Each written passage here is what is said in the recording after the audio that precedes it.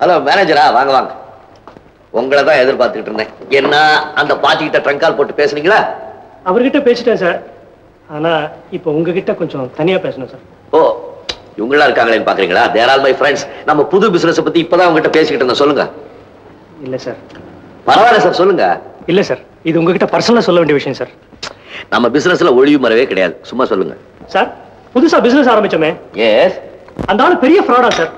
அவன் பண்ண கான்ட்ராக்ட் எல்லாமே ஃபோர்ஜரியா சார். எல்லாம் போய் கையெழுத்து. அவன் இப்ப இன்டர்நேஷனல் போலீஸ் தேடிட்டு இருக்கான் சார். ஆள் தலைமுறை வேட்டான் சார். என்ன சொல்றேன்? எஸ் சார், நான் கவர்மெண்ட் லெவல்லே விசாரிச்சிட்டேன் சார். அப்படின்னா 50 லட்சம் ரூபாய் போச்சா? இப்படி ஒரு இடியை நான் எதிர்பார்க்கவே இல்லை. My God. சாரி சார், நான் போய் ஃபர்தரா என்ன செய்யறதுங்கிறத பாக்குறேன் சார்.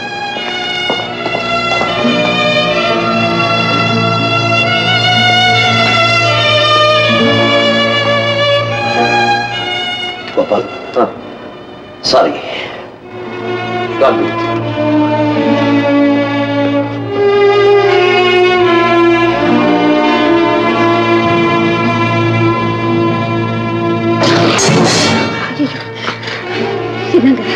கண்ணெல்லாம் இருக்கிட்டு வருது. என்ன உள்ள கூட்டிட்டு போ.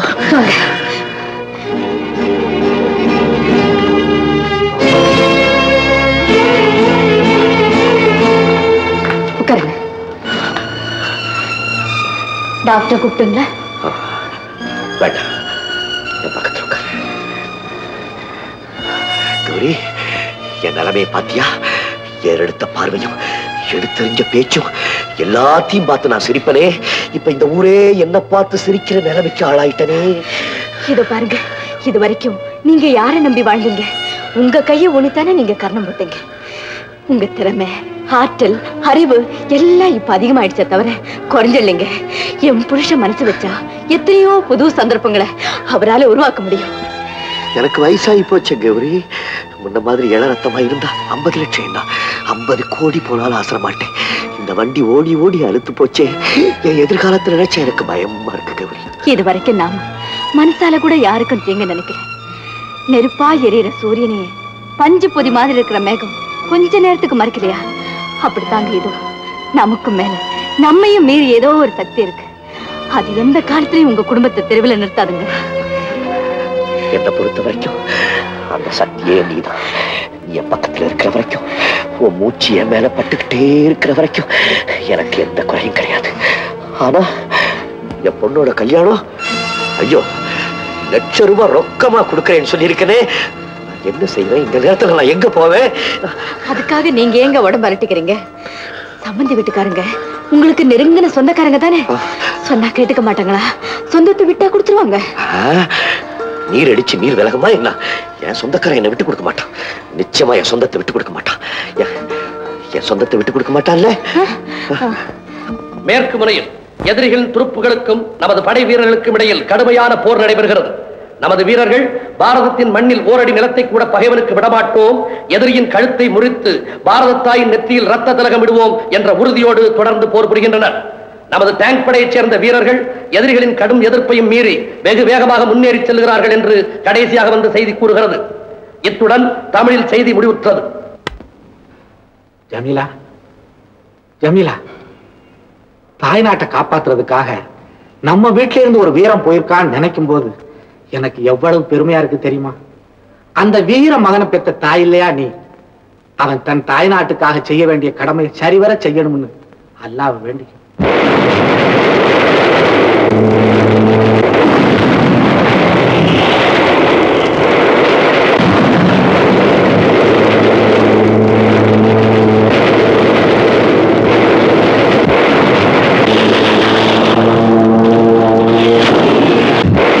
என்னப்பா சொல்ற?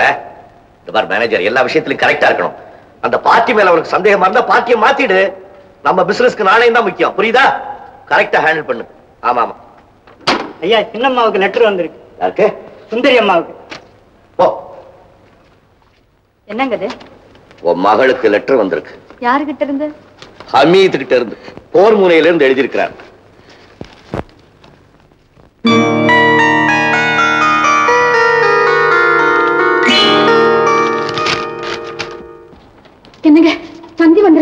சந்தியா,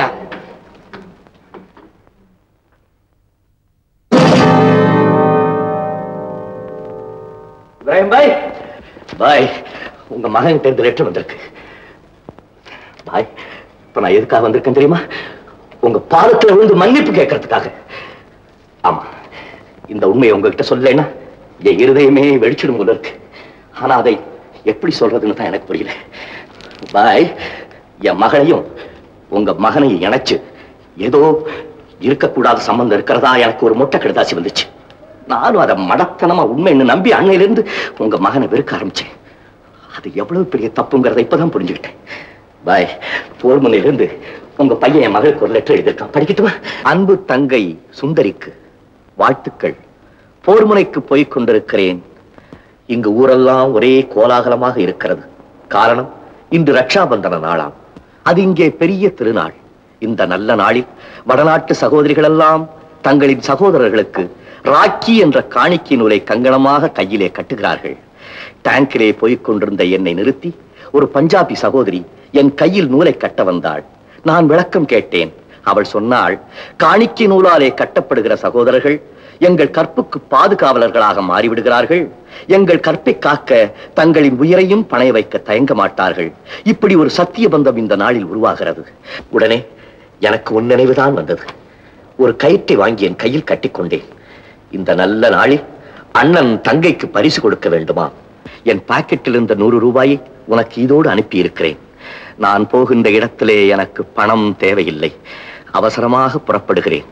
நேரம் குறைந்து கொண்டே வருகிறது. என் பிறந்த பொன்னாடி என்னை அழைக்கும் குரல் கேட்கிறது. அருமை சகோதரி, உனக்கு என் இதயம் நிறைந்த வாழ்த்துக்கள். இப்படிக்கு உன் அண்ணன் ஹமீத். இவ்வளவு சகோதர பாசத்தை உள்ளத்துல தேக்கி வச்சிருக்கிற அந்த உத்தமனை தான் நான் சந்தேகப்பட்டேன். அவன் வந்தோடனே முதல்ல அவன் காலில் விழுந்து நான் மன்னிப்பு கேட்க போறேன். ஒரு மனிதன் வாழ்ற காலத்துல அவனுக்கு நல்ல பேரே கிடைச்சா. என்ன பாய் சொல்றீங்க?